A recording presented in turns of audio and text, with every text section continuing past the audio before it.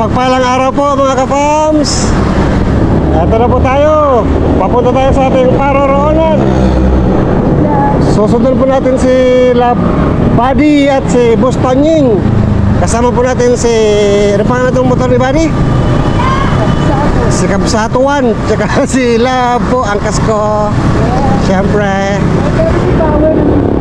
si Power nasira po yata. Sa spark plug yun, I think. Dito na po tayo sa Tala. Ito po ang palengke ng Tala, Caloocan City, Philippines, Earth. Buti na lang po at tumigil ang ulan. Actually mga ka-fams, malayo na to sila Buddy. Nagpiso na kami kay Mami Thinking para matawagan sila na ayun nga, tumirik si Power. Kaya binalikan nila tayo. At ito pinahiram ni si kabsatuan niya para magamit tayo at makapunta sa pupuntahan naming apat.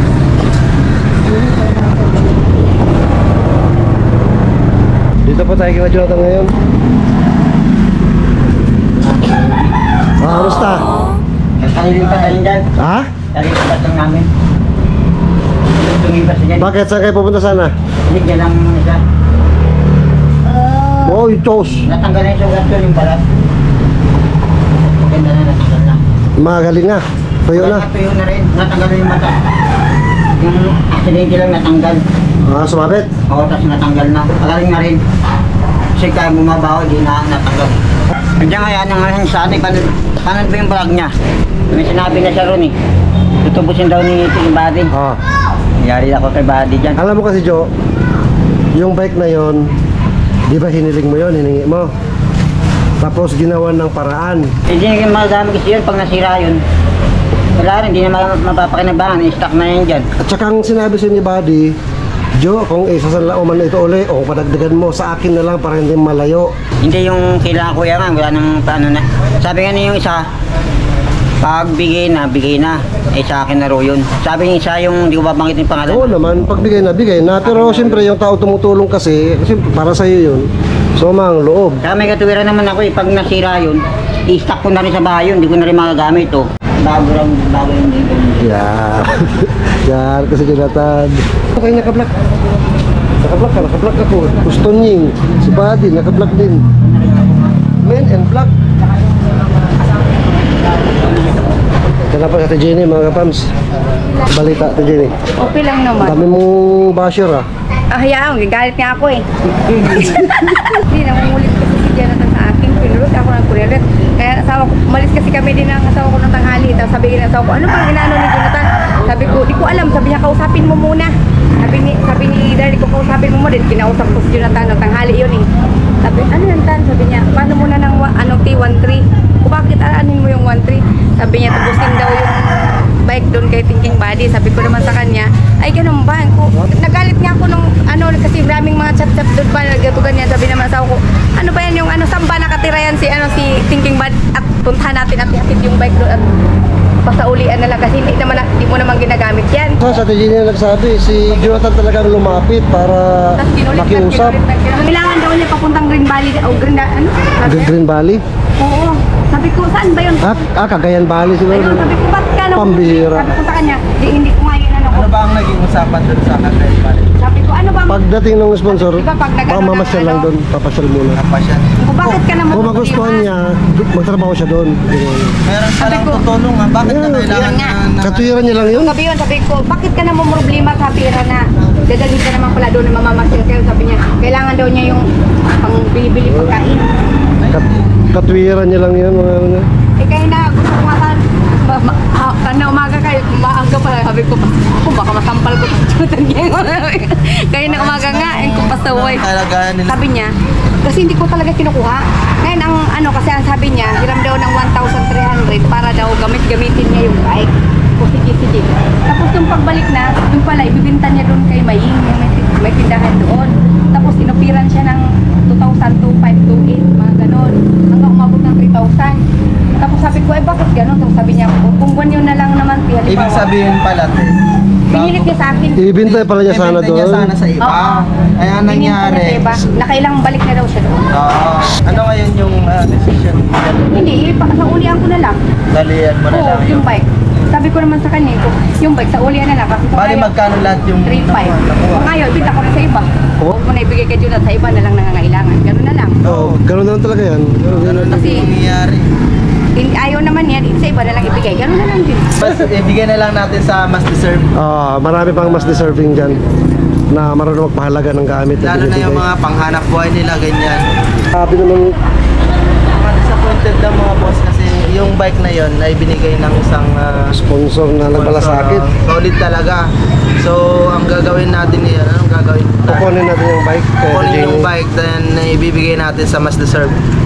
Yun sa ano, yun sa mga taong pinanghahanap buhay niya, yun, pwede siguro yun doon kasi magamit niya pang araw-araw yun. Kung wala man tayo makita pa sa ngayon, darating araw mayroon makikita tayong mga kailangan ng bike. Makita. Nung una kasi, okay pa nung una eh. Yung pangalawa, wala na eh.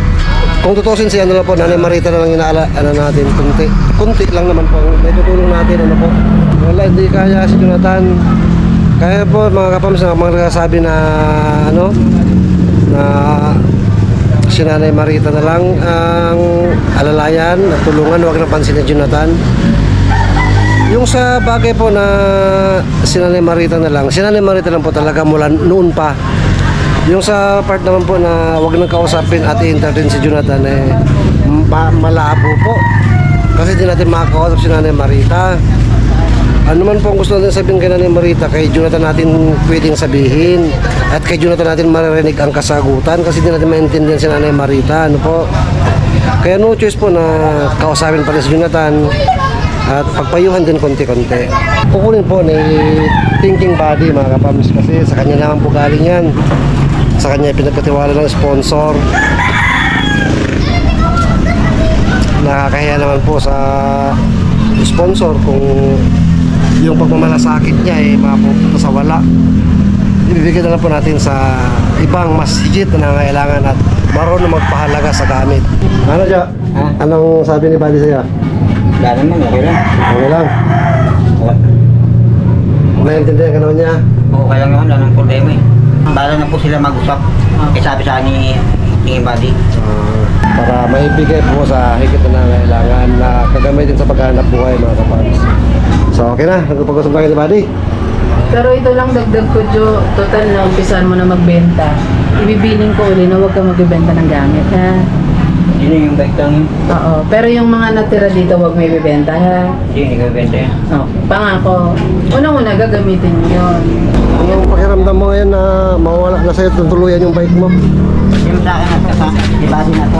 Hindi mo pa may-miss yung bike mo? Wala nga ako magagawa kasi wala naman akong pera eh. Eh kung may pera na ako, hindi ko sana ito naibenta. At least sa ngayon po naagapan po na kunin na rin ni Thinking Body para pagkaroon po ng pagkakataon maibigay po natin may pagkaloob sa isang taong gagamitin sa paghahanap buhay. Anong plano mo sa buhay mo? Pag halimbawa, naubos na yung perang pinagbintan mo ng bike, ano nang gagawin mo? Ay, paubos na nga rin sa So, okay, anong sunod na gagawin mo? Wala ka nang maibenta. Ano ibibenta mo? Sarili mo. bahala na kung anong saan ako ang pera. Kaya nga sa kasado na kami nakaporma, may nagbibigay doon kami masa. Yung wala pa kami nito, bubay kami tutuloy ngayon. Parang ganun ba nangyari? Ba nakapagtrabaho ka naman dati? Dati nga lang yung maliit pa ako, yung doon pa kami. O sa manukan na sinasabi mo na? Mahirap na lang ang buhay, no? Mahirap. Pag walang trabaho, Mahirap talaga.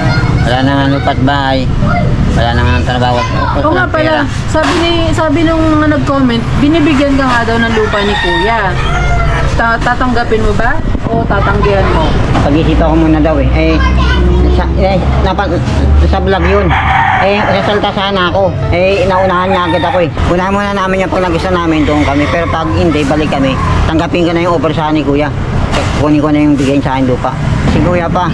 Malakas ako dyan kay Kuya. Hangad namin na lahat ng pangarap mo, makuha mo talaga, Jonathan. Okay. Kuya pa.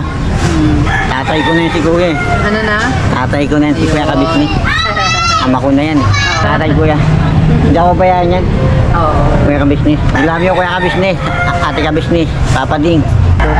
O kasi walang ipin. Pero kung lalagyan kang ngipin, gusto mo? Payag na siya. Payag ka na? Papayda naman ako na yan. Gamot na lang sa bunganga ko eh. Hindi, lasa lang naman saglit yun, Lasa lang pero... yun, tapos pagka, wala pa isang minuto.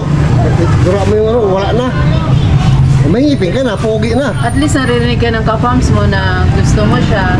Eh kung may magdano sa'yo, magkalaw ng pagmamahal, di may ngipin ka na. Gusto mo ba? Pag-iisipan ko muna. Pag-isipan mo. Ano ang pinaka-importante kay Jonathan sa mga oras na to? Ganito lang eh. Sa araw-araw, bukas ganito na naman tayo eh. Yan ang importante sa buhay natin. Masaya ka na sa ganito? Wala nga eh. Kaya nga ganun. Sa abot ng aking kakayanang maintindihan siya, naintindihan ko. Kasi kahit gusto niya ang isang bagay, parang hirap siyang kumilos, feeling mo wala nagtitiwala sa'yo kung mag-a-apply ka. Siguro. Pero hindi mo pa sinubukan. Hindi pa kasi. So dapat subukan mo. Halimbawa, kahit tagugas ng plato. Yung madali lang yun. O kaya nga, ba't di mo subukan mag-apply dyan sa pinakamalapit na parisan? Sabi mo, boss, kahit tagugas lang ng plato. Ito pong hirap doon sa Pilipinas.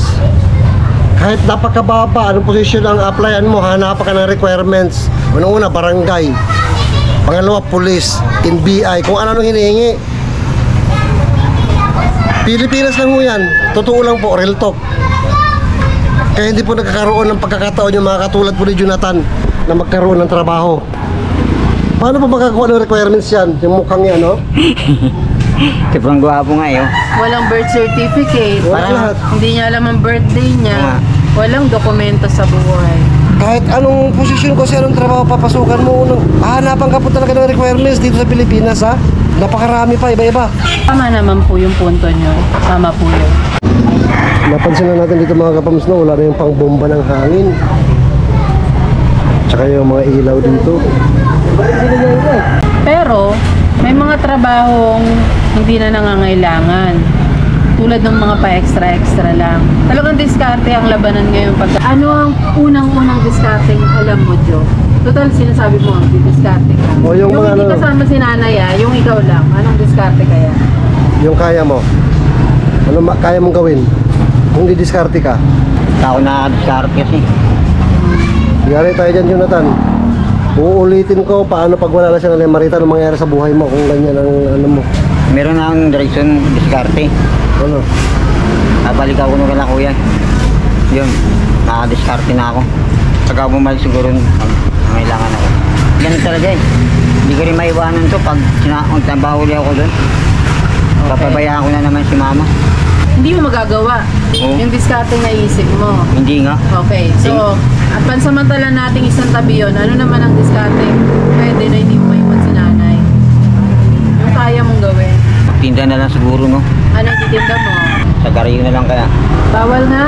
Nasa ordinansa, bawal magtinda, bawal manigarilyo sa public place. Sa may ano, Robinson, Hmm. sa may Eastern Fairview, yung nagtitinda sa mga kasadang mga sagariyo, mga Oh, iba-ibang... meron doon sa mga overpass. Oo, doon. Eh, ganyan naman yung mga yan eh, pero pag may nanguhuli, takbo. Yan ang mga galawan yan. Oh, pag yung mga vendor lang inuhuli. Vendor. Bawal talaga, bawal lang. Bawal yun, Joe. At saka ang mga ginagawa kasi ng mga kapams pagka yung mga nagtitinda-tinda no, sa daan. Pag once na dumating na yung mga clearing operation na naghuhuli ng mga sidewalk vendors, kanya-kanyang pulasan po yan para hindi sila mahuli. Mabibilis kumilos ang mga yan. Kaya mo ba yan? Yung mabilis ang galawan? Lagay naman yun. Tapos yung sukli ang mabilis, kaya mo yan? Madali lang yun. Sa bagay, wala naman nanguhuli rito eh. Wala naman ang huli rito. Ano na to? Bundok na to. Hindi, mahirap kasi pag nahuli ka, sino mananagot sa'yo? May iwan mo lalo nanay mo. Di sa Maynila lang yun, Maynila. Yung kausap namin nung nakaraan sa phase 1 yun, Ayun. nahuli siya. Oh, yung si nagtitinda si Carl yan, ang Nahuli na-vlog din talaga namin. siya. Napanood mo yun, di ba? Si Chris, nahuli na yun isang beses. Pag sinabing bawal, bawal. Nagbayad yun. Dito. Eh ayaw nating dumaan tayo sa alanganin. Kung ikaw mahuli, makulong ka, sino may iwan kay nanay? Ang sinasuggest sa mga kapams natin, pwede ka daw magtinda ng tubig, mineral water, O nasa styro. candy, mga ganon. Nandun lang ka sa kanto, di ba? Sa kanto lang kayo. O sa ilagay mo sa harap nyo. Ganun. Mga candies, ganon. Tapos yung mineral water. Suggestion lang naman yun nung ating mga ka-fams. Sabagay, suggestion lang. Pinapaalam natin kay Joe kasi hindi siya marunong magbasa. So mga ka-fams, maraming salamat sa inyong mga suggestions. Nababasa po namin yun at isasuggest natin kay Kuya Jonathan para po naman ay pilit natin sa kanya yung bagay na hindi niya kayang gawin. Sa simula lang pero hindi niya maitutuloy-tuloy. Ganun po kasi sa negosyo. Pag nasimulan, kailangan tuloy-tuloy. Tama ba, Jo? Ayun. Tsaka kailangan yung gusto niya. Kasi kahit gaano kagaan na trabaho, kung hindi naman niya yung gusto, wala rin mangyayari. Tsaka ang trabaho naman, kahit gaano kabigat, kung gusto naman niya, may enjoy niya kasi gusto niya, di ba? Yun ang trabaho. Kung sa ganyan kasi mga kapams na mineral water, candy, mga foods, alam naman po natin ang sitwasyon na Marita. Wala sa oras yung bigla lang napapaihi yung mga pagkain yung paninda nila. Sino po kailangan bumili sa kanila niyan? Tsaka di pa naliligo si Jonathan. Pag si Nanay Marita, sino bibili ng pagkain sa kanya? Oo nga po eh. O yun nga, pag nagtinda ka pala, isa sa requirements, maligo ka at maging malinis Kasi walang bibili. Oo, Joe. Yung nga sana. Oo, magtitinda ka, maliligo ka na rin. Para may bumili. Wala po, nagkausap na po si Ate Jeannie at si Thinking Body.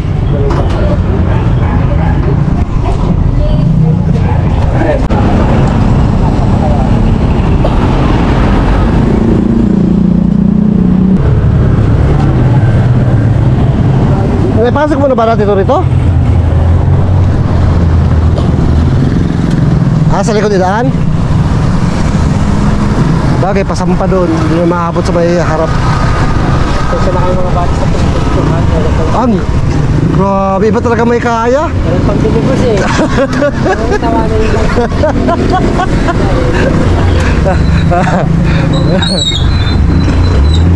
Kasla, tugkal titawa ba?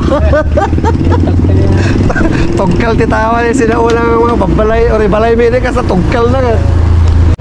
Ayan po mga kapam, sa papaliguan po si Nanay tsaka si Jonathan. Mailigo na rin syempre, Jonathan, para mabango. Kasi yun po ang kondisyon natin po, tuwing makikita natin sila kailangan maligo, bagong ligo. Sasalok na po ng tubig si Jonathan mga kapams. Nay, happy ka? Maliligo ka? Happy si Nanay maligo. Para presko. Simod. Ikaw happy ka, Alap? Happy naman ako kay nanay, maliligo na siya. Malilinis na yan. Ang kasunod niyan, linis ang bahay, Jo. Okay? Pati ka dyan, maligo ha? Maliligo yan si Jo. Tsaka bibilang kitang deodorant ngayon kung gusto mo. Dahil maligo na pa si Nanay Marita mga kapams. Cut po na natin. Hoy! Uwi na kaya? Ay, susunod pa kayo. Mayon muna kami rito. May iwanan mo na kayo. Oo. Anong oras na? Alas 4 na. Oo, mag-alas 4 na pala. Anak, sana na ka sa bahay. Mga kapams, mauna na sila body kasi magsundo pa na sila. Sige. Bigyan pa natin sila Nanay Marita. Jo! Jo, excuse lang, wait lang, stop.